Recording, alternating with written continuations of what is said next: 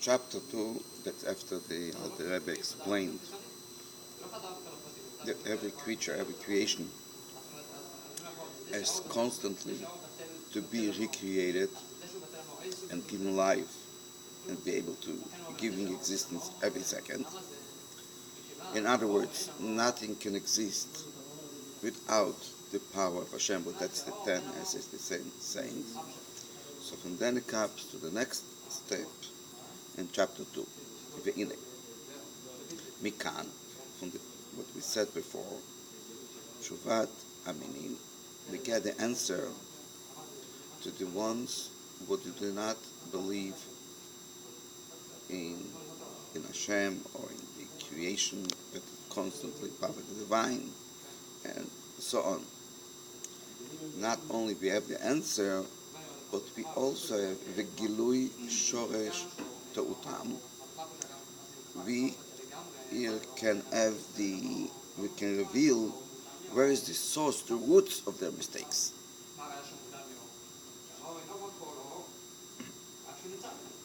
And what do they say? Akofrin בהשגחה פרטית ובאותות ומופתי התורה. They deny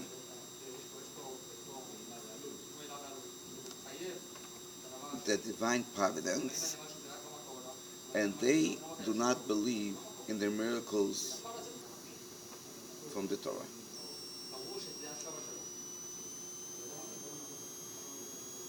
In other words, when we say that they deny, they don't believe, it doesn't mean just I don't believe. They come up with a philosophy. But according to their philosophy, in the relation between the creation and God, that cannot exist. And that's why they go against it. I'm talking from the philosophical point of view, because usually most people say they don't believe because they they want to do what they desire. So instead of feeling guilty, they say, I don't believe. And it's a very easy test. When someone says he doesn't believe, when he has an odd moment, what does he say? He prays or doesn't pray? So it means deep down there he does believe. But he wants to cover up in his guilt conscious. He calls up with a philosophy. He wants to say that he can do whatever he wants. He calls himself spiritual. So if he's spiritual, he becomes a free spirit. But actually we're not talking about spirit, and we're not talking about open mind. We're talking about the open other parts of the body. We're not talking, he wants to eat good, he wants to enjoy physical joy, and he calls it spirit. Nothing with spirit, it's pure animal. Not spirit. Because if that was called spirit, so all the animals are very spiritual. And more you're human, less you're spiritual. Doesn't make sense. But we are talking here about the philosophy. So that's why it doesn't matter what a person really how he's acting. Let's say he's a totally logical person, but he actually is giving himself to whatever he believes in.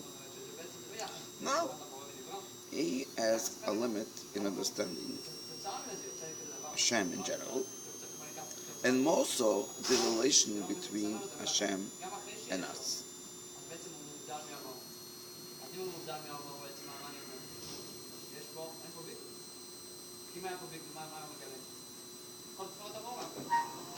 And there's a few ways to explain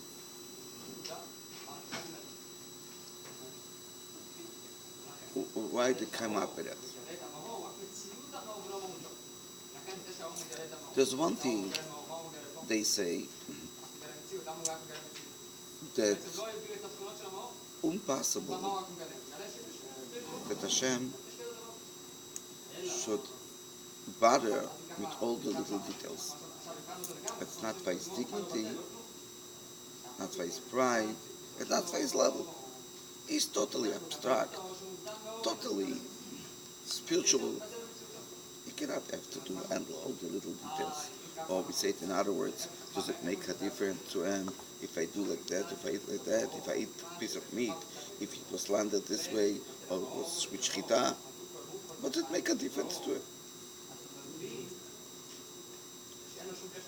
That actually comes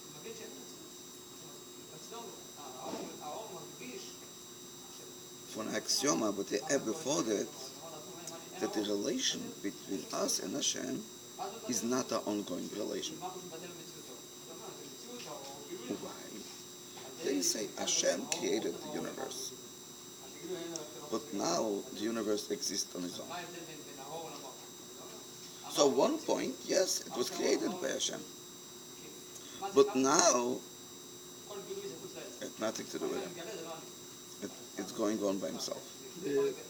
Hashem give laws to the stars, to the whole creation, for example, to the sea, to the heaven and sea. But now they're going on with himself, according to them. This is what they think. Yeah. God doesn't care anymore, and it cannot go into the little details what's going on between us. So therefore, free for all, because we don't owe nothing, and I mean we can owe the spirit, but, and by the way, that's why some people they worship the universe. They call it love. It's a very big movement now. It's spirituality, but actually means I can do whatever I want. Call it love. That's it. But in the holiness and the purpose of the creation, it's totally missed out, totally ignored. But according to what we learned before, we see clearly that each creation, each little creature, is constantly created by Hashem. So all their foundation is gone. Now, but they have a point. They say, why do we say that we have to create every moment? If I take a piece of silver and I make a cup of Kiddush for Shabbos, do I have to make it every moment or make it only once? If I make it once, it's done forever. So why do we have to say that Hashem is constantly creating the world? Why can't we say that Hashem created one time the world and now it's an ongoing thing, it stands because it was done. Like I make the table stands. So we'll see before. Let's see inside. שטועים בדמיונם הכוזב. In their way of thinking, they make the parallel comparison. They compare things to things. They do it in a false method, and it's just fantasy because it's not a based comparison. What do? שמדמים מעשה השם עושה שמיים וארץ. They compare the art of Hashem, what He created heaven and earth, sky and earth. They compare it למעשה אנוש ותחבולותיו. They compare it to the acts and the creativity of a person and his mind how he creates something. In other words, a person has an idea, come up with a new patent, a new future in his mind, then he applies it in practice. He makes a machine, so he doesn't have to do it all the time. From now, it's so the same thing they say, with Hashem, when He came up to create the world, He came up, He created, now the world is standing. But it's nothing to compare, it's totally different. Why? No, it's not finished. כי כאשר יצא לצורף כלי, like when the goldsmith, the one who works with the silver, when the piece of jewelry or the vessel what he makes, the cup what he makes, goes out from him, שוב אין הכלי צריך לידי הצורף. the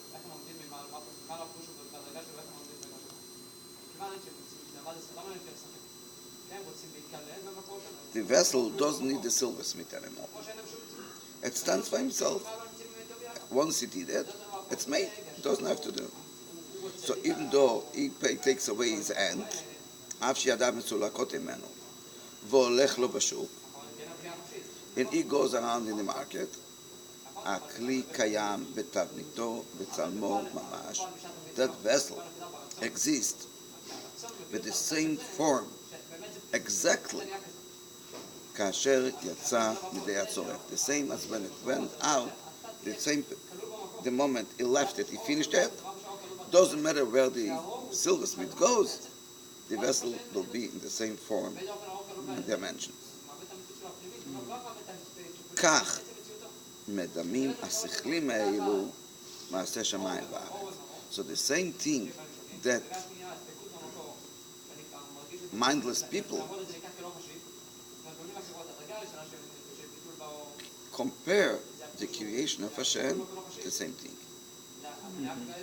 But to compare it this way, אך מראות עיניהם. The eyes, the logical eyes, are covered up with with filling, what you fill up the walls. Curtains, windows. Not curtain, no, but you fill the wall. What do you put in it?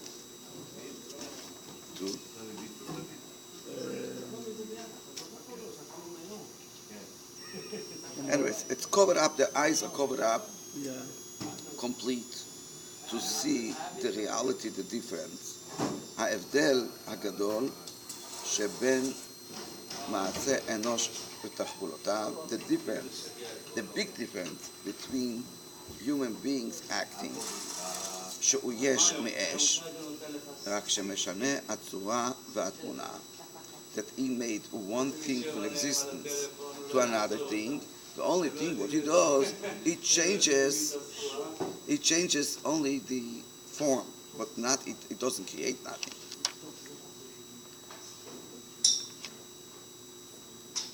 It changes the form, and in the picture of התמונה, מתמונת חתיכת כסף לתמונת כלי. That before it was a piece of material, of silver, now it became a vessel. So they don't see the difference. למעשה שמיים וארץ הוא יש מאין. We're going deeper tomorrow, but for now, you can't compare two things when the acts are the same.